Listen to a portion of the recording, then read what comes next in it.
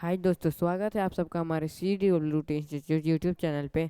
जहां आज हम पढ़ने वाले हैं क्लास 10th का फिजिक्स का रिफ्लेक्शन ऑफ लाइट पहला चैप्टर, यानी हिंदी में प्रकाश का परावर्तन, जिसमें हम लोग पढ़ चुके टोटल पार्ट 5 तक।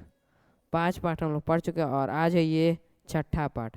तो छठा पार्ट में हम लोग पढ़ रहे हैं कि इस छठा पार्ट में हम लोग पढ़ेंगे कि तीन जो किरण हम कल बताए थे, पिछला वीडियो में बता चुके थे कि कोई प्रतिबिंब बनाने के लिए तीन किरणों की आवश्यकता होती है। पहला, दूसरा, तीसरा में क्या था? पहला था कि कोई भी वस्तु से आएगी मुख के समांतर जाने वाली किरण परावर्तन अथवा आवर्तन के बाद मुख फोकस होकर गुजरते हैं। ऐसे जो तीन को किरण बताए थे, उसी से आज हम अवतल दर्पण में प्रतिबिंब बनाएंगे। तो शुरू करते हैं। पहला वस्तु अगर हम रखते हैं, कहाँ रखते हैं?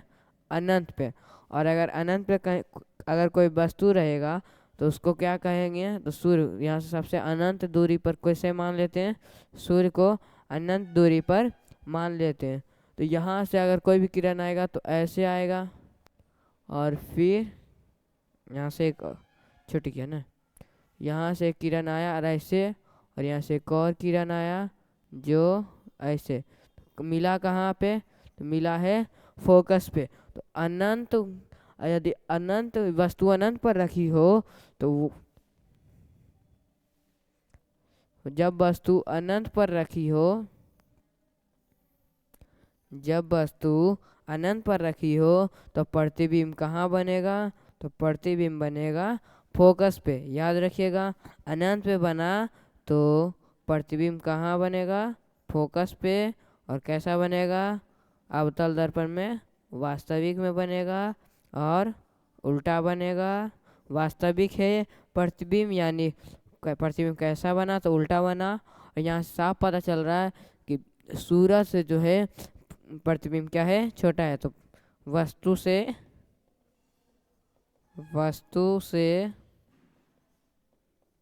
छोटा है, वस्तु से छोटा है। इसको अगर आपको उतारना है तो वीडियो पॉज करके उतार लीजिए। मैं कुछ देर का वक्त देता हूँ।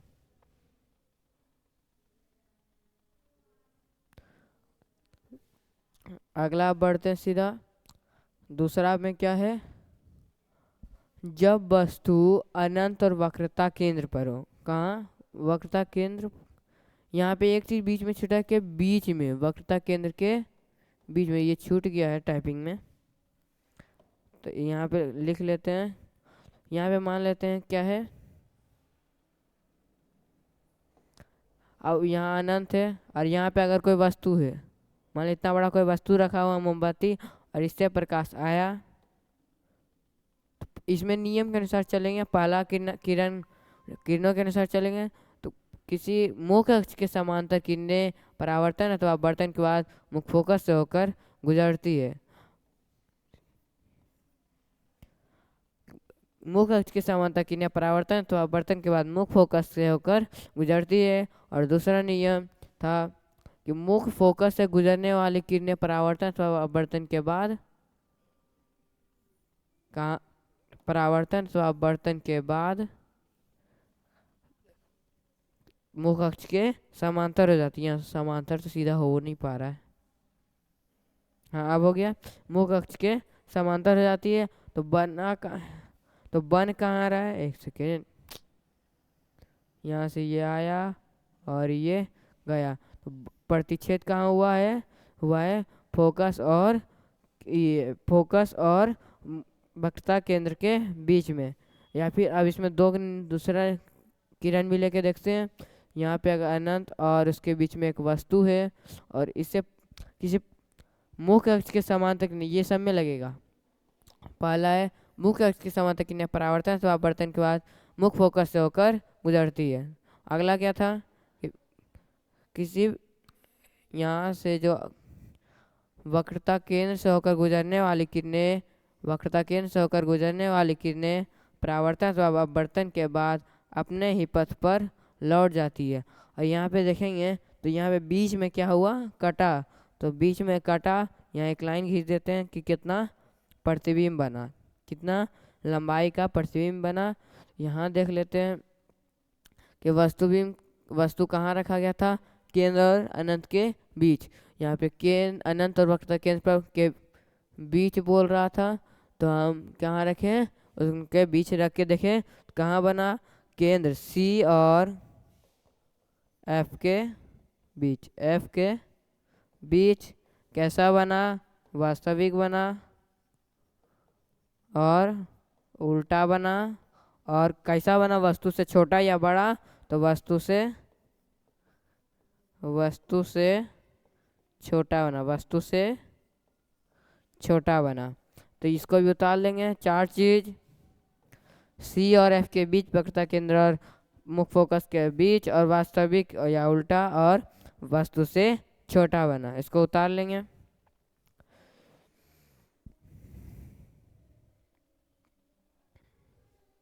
हो गया, तो आगे बढ़ते हैं। जब वस्तु वक्रता केंद्र, अगला है जब वस्तु वक्रता केंद्र पर हो तो प्रतिबिंब कहाँ बनेगा। तो वक्रता केंद्र पर मान लेते हैं कोई वस्तु रखा हुआ है और इतना लंबाई, यहाँ से पहला नियम के अनुसार चलेंगे, वक्रता केंद्र से होकर गुजरने, ये मुख्य अक्ष के समांतर होकर गुजरने वाली किरणें परावर्तन अथवा अपवर्तन के बाद मुख्य फोकस से होकर गुजार दी है मुख्य फोकस से। और दूसरा था कि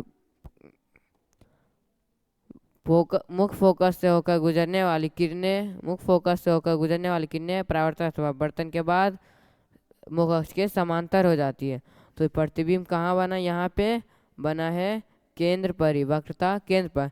यदि अगर हम वस्तु वक्रता केंद्र पर रखते हैं तो प्रतिबिंब कहाँ बनेगा, वक्रता केंद्र पर ही बनेगा। कहाँ बनेगा, तो वक्रता केंद्र पर ही बनेगा। और कैसा बनेगा, अवतल दर्पण में तो बनेगा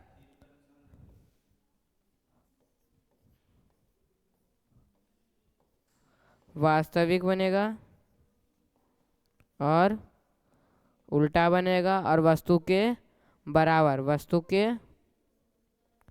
वस्तु के बराबर। तो तीसरा था जब वस्तु वक्रता केंद्र पर हो तो वस्तु कहाँ बनेगा, वक्रता केंद्र पर बनेगा। और कैसा बनेगा, वास्तविक और उल्टा, और वस्तु के बराबर। इसमें चार चीज लिखना है। कहाँ बना, पहला कहाँ बना, वक्रता केंद्र पर बना, वास्तविक या काल्पनिक, सीधा या उल्टा, या वस्तु से छोटा, वस्तु के बराबर, या वस्तु से बड़ा। अगला है जब वस्तु वक्रता केंद्र और मुख्य फोकस पर हो। जब वस्तु वक्रता केंद्र और मुख्य फोकस के बीच हो, कहाँ होना चाहिए, वस्तु वक्रता केंद्र और मुख्य फोकस के बीच हो। तो अगर यहाँ से एक अनंत दे देते हैं पहले, उसके बाद यहाँ वस्तु बनाते हैं। जब वस्तु वक्रता केंद्र और मुख्य फोकस के बीच हो, यहाँ इसके बीच डालेंगे अगर कोई वस्तु, तो उसी नियम से अनुसार चलेंगे जैसे में सबसे गए थे। मुख्य अक्ष के समांतर किरणें परावर्तन अथवा अपवर्तन के बाद मुख्य फोकस से होकर गुजरती है। इतना पहला हो गया। दूसरा से किसी प्रकाश स्रोत से ये फोकस दूरी से मुख्य फोकस से होकर गुजरने वाली किरणें परावर्तन अथवा अपवर्तन के बाद मुख्य अक्ष के समांतर हो जाती है, मुख्य अक्ष के समांतर हो जाती है। या फिर दूसरे नियम से अगर चलेंगे तो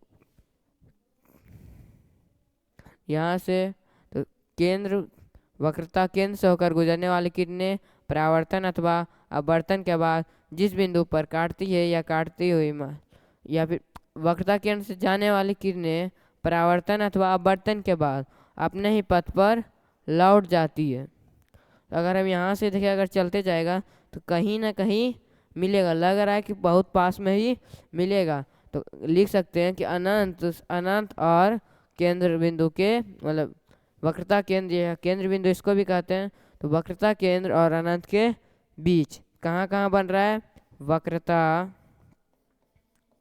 केंद्र और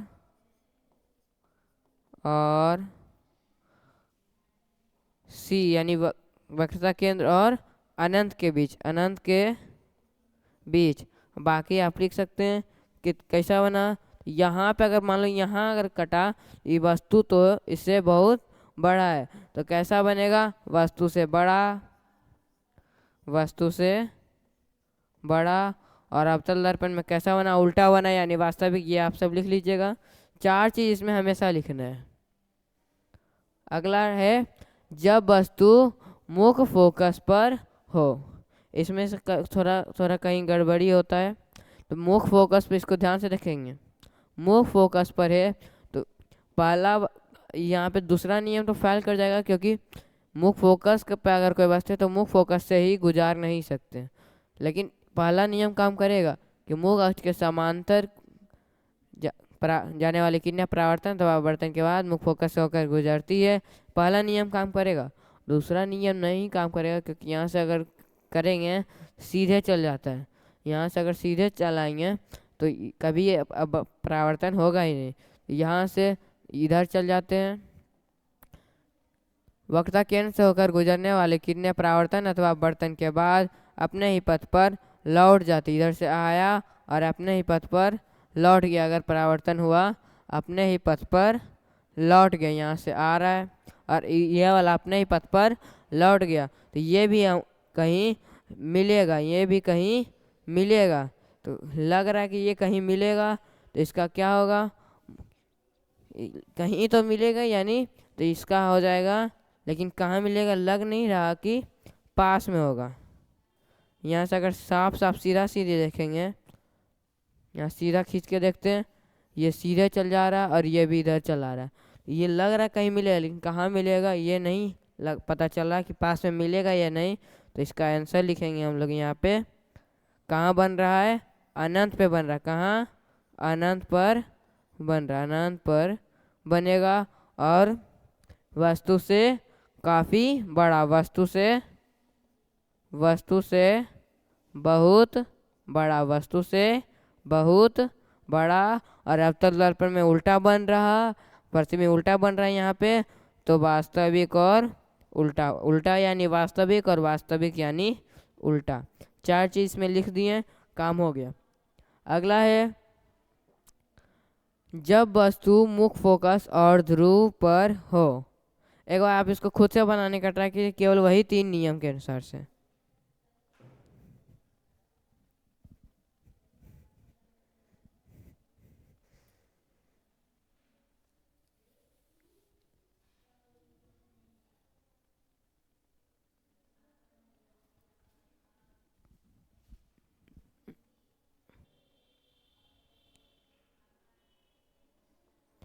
हो गया। अगर आपसे बना तो अभी हम यहाँ बना रहे हैं, उससे मिला लीजिएगा। और जिसका नहीं बना अच्छे से एक बार फिर से समझ लीजिएगा। मुख्य फोकस और ध्रुव के बीच हो, यहाँ लिख दीजिएगा के बीच हो, इतना पहले में भी बताए थे। तो यहाँ मुख्य फोकस और ध्रुव के अगर हम कोई वस्तु को बीच में रखते हैं तो पहला नियम, मुख्य अक्ष के समांतर किरणें परावर्तन अथवा अपवर्तन के बाद मुख्य फोकस से होकर गुजरती है। और यहाँ सीधा चले गए तीसरा नियम में। यहाँ तीसरा नियम क्या होगा, वक्रता केंद्र से, वक्रता केंद्र से होकर गुजरने वाली किरणें परावर्तन अथवा अपवर्तन के बाद जिस बिंदु पर काटती है उस बिंदु को, यहाँ से आया मुख्य फोकस होकर गुजरा। और ये दोनों तो और उल्टा फैल रहा है, सिकुड़ करना ही उल्टा फैल रहा है। यहाँ देखिए फैल रहा है, ये इधर जा रहा है और ये इधर। तो यानी इस साइड तो प्रतिबिंब नहीं बनेगा। प्रतिबिंब अगर हम इस साइड काल्पनिक से देखते हैं तो ये यहाँ पे मिल रहा है। तो दर्पण के कहाँ बन रहा है, दर्पण के पीछे बन रहा है, दर्पण के पीछे बन रहा है। तो यहाँ लिखेंगे कहाँ बन रहा है, दर्पण के पीछे, दर्पण के पीछे।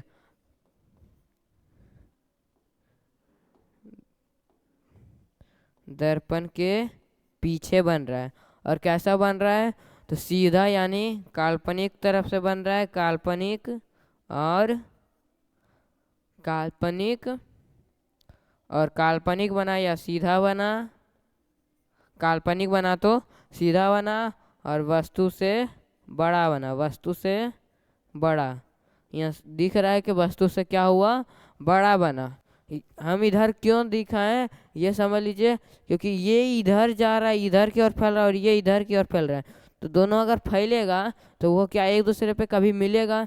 ये किरण इधर और ये किरण इधर जा रहा है, क्या ये दोनों कभी मिलेगा? नहीं मिलेगा। तो इसको हम लोग उल्टा तरफ से दर्शाएंगे तो ये जरूर मिलेगा। और कैसा बना? दर्पण के पीछे बना, काल्पनिक बना, सीधा बना और वस्तु से बड़ा बना। अब ये हो गया। अगला है ध्रुव पर। तो यहाँ पे सबको अजीब लगता है, अगर क्वेश्चन तो नहीं आएगा, लेकिन ये समझ लीजिए कि ध्रुव पर अगर कोई वस्तु रखेंगे तो उसका प्रतिबिंब कैसे, यहाँ का अगर कोई वस्तु रखा सकता है क्या ध्रुव पर? नहीं रखा सकता है, तो इसका प्रतिबिंब नहीं बनेगा। आज के लिए इतना ही। तो आज का जो चैप्टर हो गया समाप्त, प्रकाश का परावर्तन हो गया समाप्त। ये जो पहला चैप्टर हो गया है, ये था पहला चैप्टर प्रकाश का परावर्तन, जिसे हमने किया 6 पार्ट में ख़त्म। और पूरा छोटा छोटा वीडियो हमने 6 पार्ट में इसको ख़त्म किया। और आज का एचडब्ल्यू होगा उत्तल दर्पण से एक उत्तल दर्पण से और एक समतल दर्पण से। समतल दर्पण का कोई ज़रूरी नहीं, लेकिन उत्तल दर्पण से एक प्रतिबिंब बनाना है। और इसका हर रोज़ प्रैक्टिस कीजिएगा प्रतिबिंब बनाने का। आज के लिए इतना ही। अगर वीडियो पसंद आया लाइक शेयर सब्सक्राइब जरूर कीजिए। धन्यवाद।